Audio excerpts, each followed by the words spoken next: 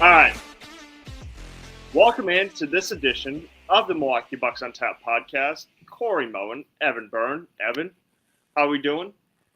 Doing well. Again, post Christmas, but still thriving. Got a lot of gifts to kind of sort through to rewind and get back into that everyday ritual, a routine.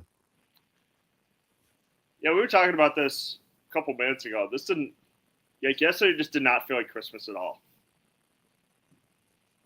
Just the gloomy weather, no snow. I'm not a huge snow fan just in general, but it gives it to the ambiance on Christmas. And yeah, when it's gross and kind of like rainy-ish out, or I don't know, did not feel like it. Well, I think it also has something to do with our respective ages. Because you're what, 28, right? Mm-hmm. Okay, and I'm going to be turning 27 in the next, 13 days. I think a lot of it has to do with the fact that Christmas is just for the most part a kid's holiday. Like I just think that like the gifts and the magic, and you watch the Charlie Brown Christmas special, like that is very much like a kid's holiday. Like I didn't feel, only because of the fact that we're really celebrating on Christmas today, because like that's when I have the rest of my family coming in. But yeah, it just didn't. I don't know. Yeah, I just didn't, like you said, I just didn't feel the magic of the Christmas holiday. And Mm-hmm. when you have that thing between that gap between Thanksgiving and then Christmas, and then you get to the New Year's, it's like, yeah, I mean, it's not, it's like not like a huge, maybe it's not like a huge deal to a lot of people. Again, like the New Year's to me is not like a huge deal anymore. It's like, yeah, it's gonna be 2026. Yeah, I was never a So big New Year's person. yeah, I mean, whatever. I mean, you get the. I mean, if you find people to celebrate with, great. Yep, But it's another day. yeah. So really, it's gonna be kind of a smaller deal this week for the Bucks on tap. They just had two games. So we're gonna kind of dive into the Bucks blowing a 20-point lead to the Minnesota Timberwolves, and then we're going to talk about their win against the lowly Indiana Pacers. So first up, Bucks played last week against the Timberwolves. This game in particular was really frustrating to watch, because at one point, like I mentioned before, I think I said 20. I think it was like a 15 point. Yeah, 15 or 16, something like that in the third. Yeah, in the third quarter, and all of a sudden, Minnesota just blitzed them off the floor, and they unfortunately ended up losing that game. Evan, if you have the final score in front of you.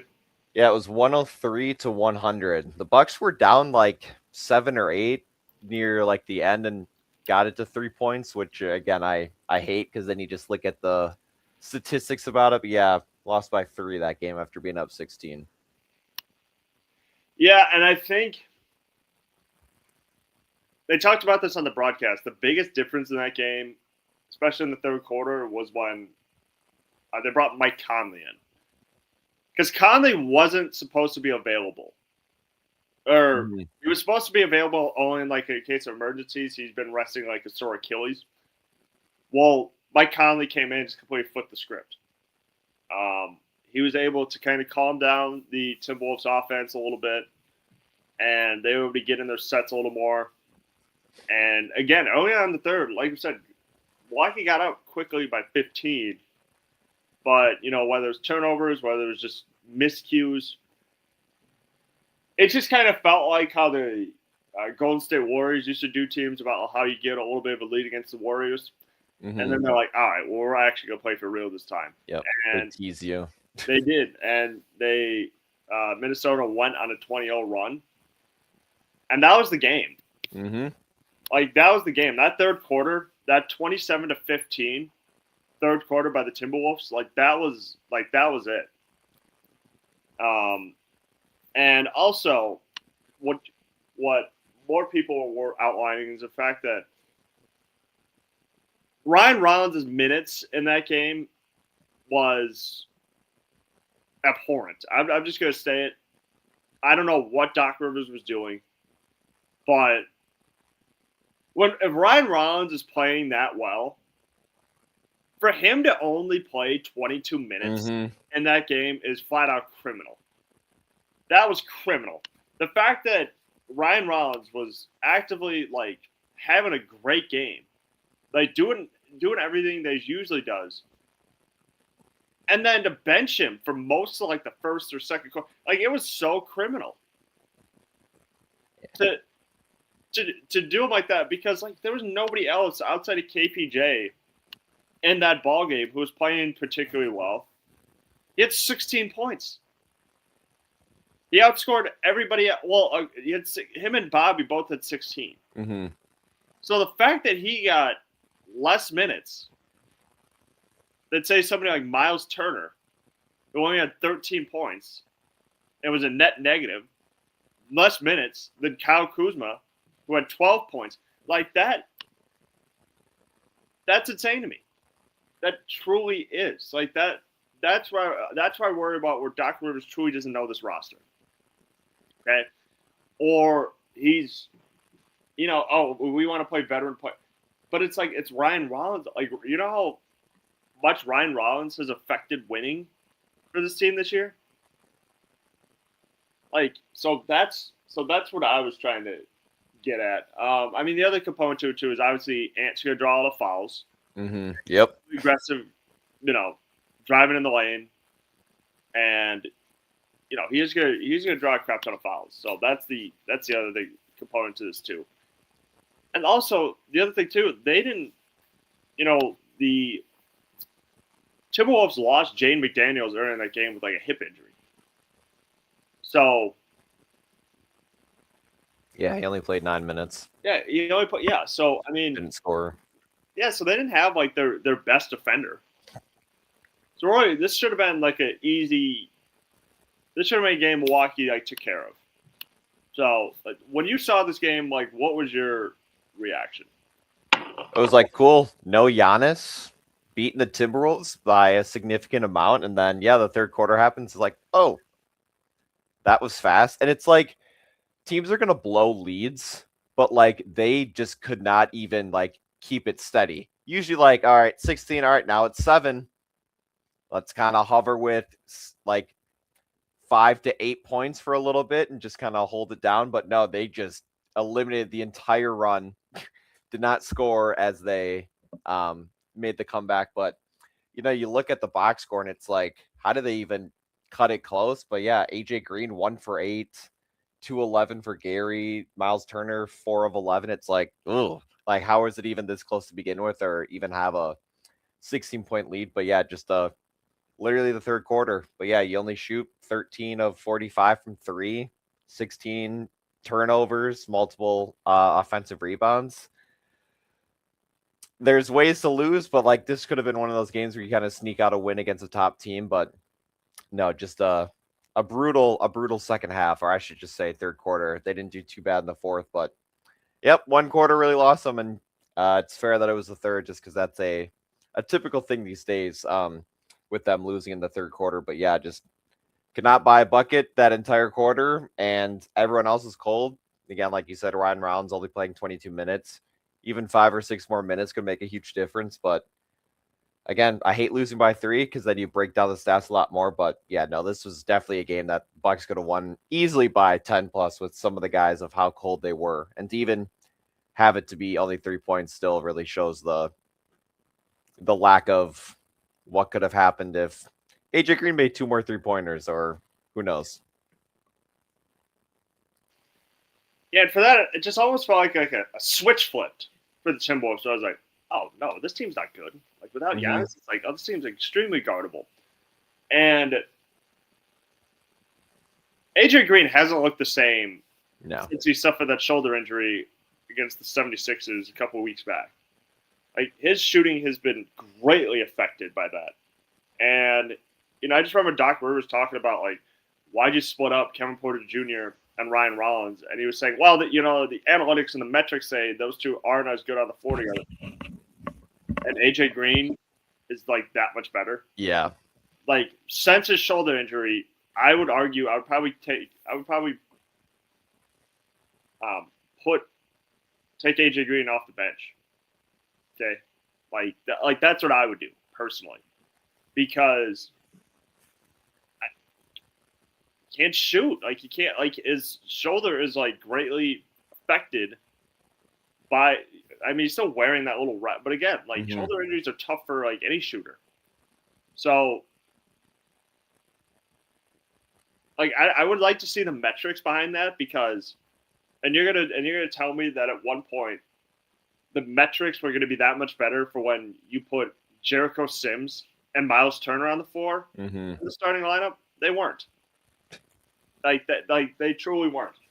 And he's since gone back to Bobby, but it's like I just don't know if Doc Rivers really knows what rotations he wants, or what starting lineups he wants, or what rotations he wants. Because it seems like, and look, there is an element to it too where it's like Giannis does cover up a lot of holes. But what it sounds like, he is getting closer. But, you know, Giannis is he's at his prime, but like he can't be at the point now where he has to cover up everything. Like some guys got to start pulling their weight, and it seems like the only guys that are Ryan Rollins, Kevin Porter Jr., and Bobby Portis at home. That's it. Bobby Portis' road numbers and his home numbers are dramatically different. Okay? I don't have the stats in front of me. The eye test tells me Bobby Portis plays a lot better at home than he does on the road. Yeah. He's got the crowd with him. Okay? And, you know, Miles Turner, like when Miles Turner, I criticized Joel Embiid about this years ago, where it was like, okay, when he doesn't rely too heavily on the jump shot, he is a dominant force. The same can be said for Miles Turner. When he doesn't rely too much on the jump shot, he can draw fouls, and he can dominate.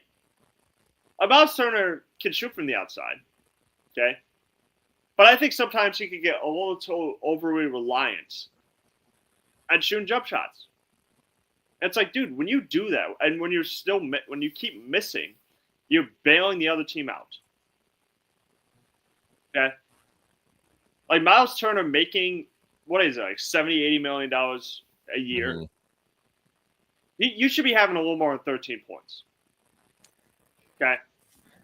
Like, the best defense I see from Miles Turner is when he blocks shots. That's it.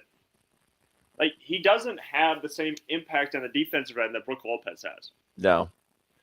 And I understand why they had to get rid of Brook Lopez, because I've said it before, he was getting older, and, you know, you have to get a little younger. But, you know, when it was Giannis and Brook on the floor together, it's like, dude, like, we had a top 5 defense every year.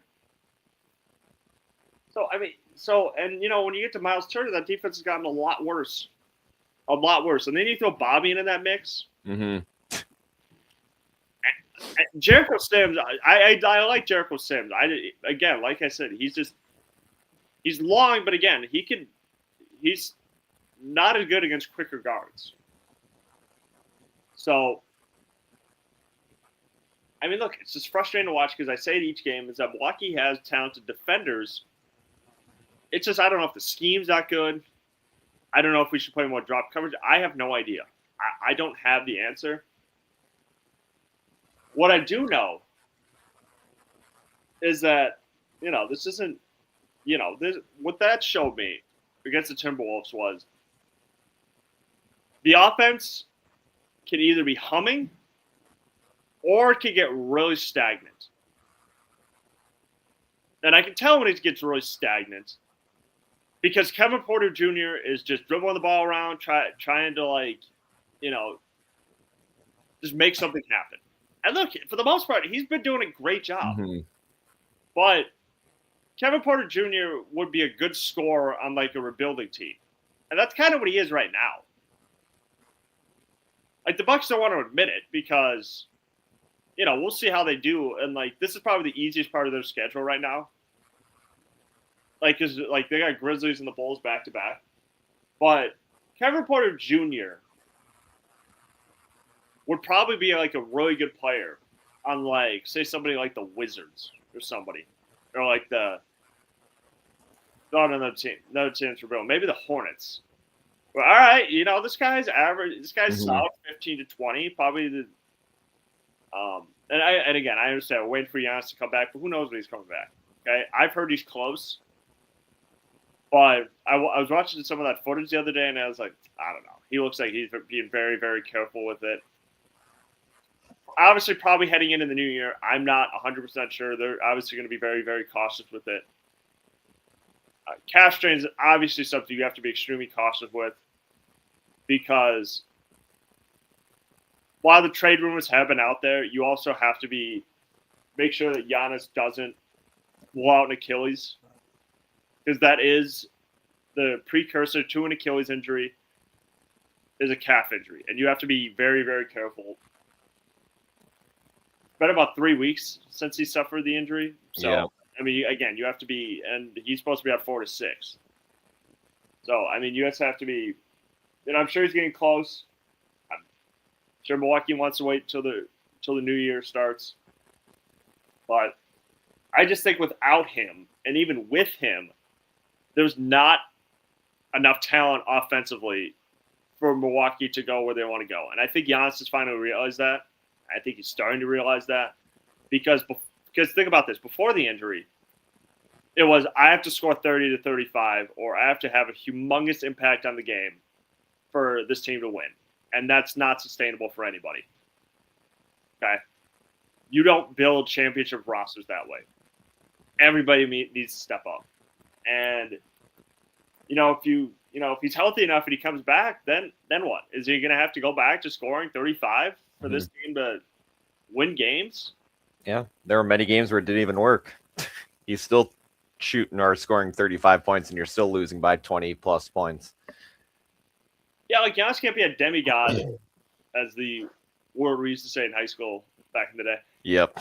He can't be a demigod every game for this team to win. At some point, you have to some guys got to start pulling their weight.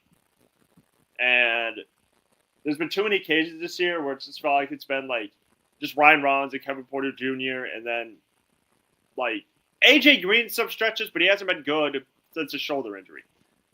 So, if it's just those three guys, you're not. That's like Bill Parcells says you are what your record says you are. That's a 12-win team. And that's why that's a 12-win team. Because, I mean, Milwaukee can have a couple more wins, but, they've also just, blown, just leads. Too many leads where I was like, all right, really, come on, guys. We got to close this. They just haven't been unable to close games. Okay? Which actually is a perfect segue into my next game. Because, they did beat the Indiana Pacers the other night. The Halliburton-less Pacers, 111-94. Now, granted, I was thinking about this, Evan. I think if the Pacers had everybody, minus Halliburton, because we knew before the season Halliburton wasn't going to be that. I think if they had all their guys stay healthy, I think that this team could vie for a spot in the East. Because I don't even think that roster is that bad. It's just they've been just decimated by injuries. Yep. Yeah. Obi Toppin being out too. Tyrese being out. I know McConnell's been out for a little bit. Yeah, Neesmith's out. Shepard didn't play the other night. Quentin Jackson, I think, missed his first game due to a concussion. And again, when you have a team of Jarice Walker and TJ McConnell and Jay Huff. That's a 6-win team, and they currently are that right now. The Pacers are not good. They have building blocks like Benedict Mathurin, but even if they brought back Miles Turner in a hypothetical sense, I just don't know if that would have helped them maybe it would have. I don't know. Again, injuries do happen in the NBA, but right now I think that they realize that losing Halliburton was the piece. Yep. And when you lose him, then it's like, oh shit, like we're gonna have to, they're gonna go through like a 1-year rebuild. You've seen teams like that with the Warriors where they lose like Curry or Klay Thompson or something like that. That's like, yeah, this is gonna be, we're gonna be really bad this year. This is gonna be a lost season for the Pacers. And once Halliburton gets back next year, it's like, all right, well then they could kind of get back to how they were before. I will say this though, I think the worst injury that I think could suffer is an Achilles injury, because who knows if Tyrese goes back. I think he'll still be a good player, but is he going to be what we saw before? And that's going to be my biggest question as he comes back, because Achilles injuries are a lot more detrimental than ACL injuries. Okay. I think Halliburton does have the talent to still be great, because Kevin Durant did it. Kevin Durant took a year off, and I think still young too. Still young, he's still great. I mean, I don't think KD's burst is what it once was, and I think the same can be said for Halliburton. But I still think the Pacers next year are going to be in the thick of things. I just think that they knew as soon as they lost Halliburton to that Achilles injury, this is going to be a lost year. Yeah, and when you have like guys like Jay Huff shooting up like 5 threes, I'm like, yeah, this is not a good team. And they know that it's not a good team. And Milwaukee per the usual guys. Miles Turner again. Here's what worries me about Miles Turner. It feels like he's treating this like I need to have a good game. Yep, he was trying too hard. Yeah, 100%. He shot 4-14. Missed his first 5. Like again, he's last 2 times it felt like he's trying to been having a revenge game against the Pacers. Hasn't gone the way that he's hoped. Nope. He's got to let the game come go. Look, dude, you got to understand. Okay, the fan base is not going to like you anymore. It just is what it is. Okay, stop trying to treat this like a revenge game. Just go out, play your game. He's trying to every shot. It feels like a big FU to the entire city of Indianapolis, and it's just like, guys, we can't like that's not your game. You shooting a bunch of jump shots, okay? Because I think from looking at it right here, he went 1 of 8 from 3. Yep, he didn't make one until later in the game too. That's you shooting 8 threes. Like, you're trying too hard. He was trying way too hard. He was way more effective when he went in the paint. Like, you're not an 8-3 type of guy, dude. Like, you can shoot, sure. But that's not what his game is. That's not what his game should be predicated on. Ryan Rollins, once again, 23 points, 10 of 15 shooting. I mean, Kevin Porter Jr., once again, 8 of 13. 24 points. Like, again, these 2 guys are really carrying our offense right now. Yeah, then obviously you had Gary Trent go out. He wasn't too bad. Obviously 2 for 2, but went out in the shoulder injury, I think, when he got knocked over. I think it was. I think they called it a left calf contusion. Okay. I don't think I heard the severity on that.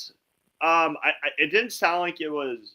I mean, it looked serious when it happened. I don't know if. I believe the Milwaukee Bucks did release their injury report yesterday. I'm not 100% sure what his status is heading into tonight's game against the Grizzlies. But again, and honestly, I would need a few different angles to see exactly what happened, because I know I don't know if it's because he got kneed in the back of the calf by Siakam, or he just kind of landed wrong, or what the deal was, but it did look painful to the point where Giannis had to kind of go back there. Yep. Yeah, I did see that. And see what was going on. But and by the way, that's another feather in, Giannis's cap to he doesn't care about his teammates. Dude, he's literally shown up to away games. Let's see. Here's the. He suffered the calf injury. Yeah, I'm just trying to figure out like. Was loads. Yeah, AJ Green, like I said, he's really struggled. Oh, jeez, please. 1 of 6, 4 points. Like he's just not. He has Yep. not. He's like Still I don't know. playing 26 minutes. Yeah, like, I don't know if you should give him more time, or like what the deal should be there. But Yeah, I think my big thing was for this game and even the last game. Obviously, you have Jericho Sims played 20 minutes this game, and the last game he played 19. 4 for 4 the last game, 6 rebounds. What was that? 9 points, and he like pretty much outplayed Miles Turner stat wise. In like 10 less minutes. Obviously Miles Turner like 4 or 14 shooting, but he out rebounded him. Had the same amount of assists, didn't have as many blocks, but it's just playing his role. And I feel like, again, Miles Turner is just trying too hard to not play his role while Giannis is out and just, especially with this game being booed every time he touched the ball, it didn't look as bad because the crowd got louder and louder every time he shot and missed. yeah, and again, that's what I'm worried about is, not every shot for Miles Turner could be like a middle finger. Okay. Mm-hmm. You have to just play your game. You have to drown all that out. And it feels like he's letting their fan base get to him. Dude, you have to get over it. Okay, they're not going to like you. They're never going to like you. All right, maybe after you retire, to where those wounds can be healed. But dude, it's you got to get over it. Okay, you went to a division rival. It is what it is. All right, like you have to. Like we understand fans aren't going to like care about the business of it, where it's like, oh, they didn't offer you enough or anything like that. It's just like, well, and then and then the problem is, it'd be one thing if you like started, like if you just left for the Bucks, that'd be one thing. But then you go on a podcast and you basically talk a little shit about Tyrese. It's like, okay, the fans are really not going to respect you then. Mm-hmm. Like you have to accept that. Like, it is what it is. All right, you went to a division rival and you talked a little shit about the city of Indiana. It's just like it happens. Like you can't talk shit about a city like Indianapolis, which is like a basketball beacon, by the way. Which the fans and the residents and the whole state loves basketball. Like it's an argument can be made that that's basically where the birthplace of basketball came, is in Indiana. No, that's not to be true, but I'm just saying, like, in generally speaking, New York and Indiana are two places I think of are like two, like, just basketball places. And you just cannot go on a podcast and like talk shit about them, expect the fans to like you. Mm-hmm. So you have to just play your game, drown all that out. Like who cares? Like honestly, who cares what their fans think? You're on the Bucks now. And unfortunately, this has kind of gone the way that I expected. It's been a little inconsistent. Some good days, some bad. But again, it doesn't matter. Bucks got the win. They finally got a win. A good win too. Well, I mean, the problem was. Here's the problem I have. The problem is like they let that game get too close. Okay, like it feels like every time the Bucks get a big lead, their offense either gets stagnant. I don't know if they get lazy. I don't know if they like start to like get a little lackadaisical. But the Pacers were able to cut it within 9, which I think when Milwaukee having a double-digit lead for most of the game, like you just have to keep playing. I didn't feel like I feel like there were stretches when Milwaukee didn't do that against the Pacers. I understand 111-94. I get that, but that's just what worries me. Is it just feels like they've rested on their laurels a little bit. Where all right, we're up. Let's coast a little bit. Let's relax a little bit. Yeah, exactly. And like Budenholzer and Doc Rivers, to be quite honest, with you have that same trait of like, oh my God, let's get a big lead and then let's just like do everything wrong for like the next quarter. Like those two are classic at doing that. Like, just not knowing what to run, not knowing what to do in a big lead. Like, for God's sakes, like 3 years ago, Budenholzer against the Raptors blew like a 20-point lead in like less than a minute. It was insane. I've never seen that happen before in my life. I hope I never do. But again, those two just do not know how to handle big leads. And that's my biggest problem with Doc Rivers is, it's, JJ Redick was right about him, where he was like, well, it's everything's always an excuse for that guy. And it's like, yeah, he's not wrong. He's not wrong. Doc Rivers will very much always be the coach that throws people under the bus. All right? And do I think eventually he's going to get in the Hall of Fame? Sure. Won a lot of regular season games, won a championship. Do I think that if the Bucks were to fire him, probably say after this year, that he would find another head coaching job? Probably not. No. Because here's the other thing I thought about Doc. All right, here's the other thing I thought about Doc. Number one, if Giannis leaves, he's not coach of the Bucks next year. All right? And because I thought about this. In 2012 and 2013, his last year with the Boston Celtics, okay, the big three had broken up. So Ray Allen was gone. KG had just been traded to the Nets. Or excuse me, it was actually 2000. That season. So Ray Allen was gone. Kevin Garnett was gone. Paul Pierce was gone. And semi like Jason Terry. Like all those guys had left. Like all had been traded. All had been on the Nets. Doc Rivers said, I don't really want to coach like we're building. I don't really want to coach a rebuilding team. It got very ugly. That was kind of where that whole feud between him and Bill Simmons started. Because like Doc was like, I'm not. It was back and forth between I don't really want to coach the Celtics and obviously saying the right things in the media, but he didn't. He was not going to coach a rebuilding team.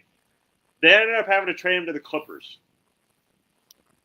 and I could see the same scenario happen. If Doc Rivers being now an older coach, if he thinks the Bucks are going to be rebuilding, he's not. He will resign. Like he will resign. He will not coach the Bucks. He will not coach the Bucks if in a rebuilding situation. Trust me on that. I will put my bottom dollar that if they get rid of Giannis over the summer, he will not be there. No. Like flat out. Because trust me, once they trade Giannis, this is now a rebuilding situation, in which case Milwaukee will need to find another coach. Rondo. That is good. DeMarcus Cousins did bring that up a while back, where he said, Rondo would be a great coach. He is one of the smartest players in the NBA. And if they get Rondo, because he's kind of like, he's not really an official assistant coach. He's more like a volunteer. Sits in that back row. Yeah. But Rondo, I think at some point should be a coach. And I do think that Milwaukee should, if they were to, if something would happen to Doc Rivers where he resigns or he just leaves or something like that, they should go like the younger coach route of, okay, this guy would be perfect to developing young talent. Now, who is that? I don't have any names at the front of my list, but like, what bad teams have been doing is they've been kind of pilfering the good teams' like top assistant. Okay, so remember the Utah Jazz, like when they got rid of, or when Quinn Snyder parted, and them and Quinn Snyder parted ways.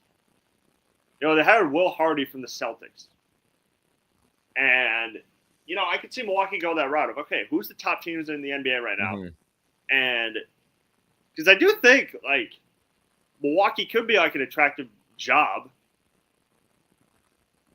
Because you're not going to get a win now coach. Because when they had Budenholzer, right, they were trying to win now. They were trying to see what guy could get them over the top. And, you go from that, and then you go to, like, the Raptors' top assistant to Adrian Griffin. Who was like a first-year coach, but that team had Damian Lillard, so that team was ready to win now. And then you go Doc Rivers, experienced guy, ready to win now. this is not the Milwaukee Bucks right now are not in a win now position. It would be kind of a miracle if they made even the play-in. So you have to kind of figure out, okay, what is our avenue from here? Probably not trade Giannis during the season, but after the season, what are we going to do? Okay, maybe offload some veteran players, right? So we can get if it is Giannis, if Giannis has a desire to leave, okay, let's see what we can get from him. Let's see what we can get from Kuz, and then let's see what we get from Bobby Portis. Like those three guys, I would immediately go boom, boom, boom, like right in a row, just to be like what can we get for these guys? What young talent could we get for these guys? Could we maybe recoup some draft picks? So, so this kind of does turn into a rebuilding situation.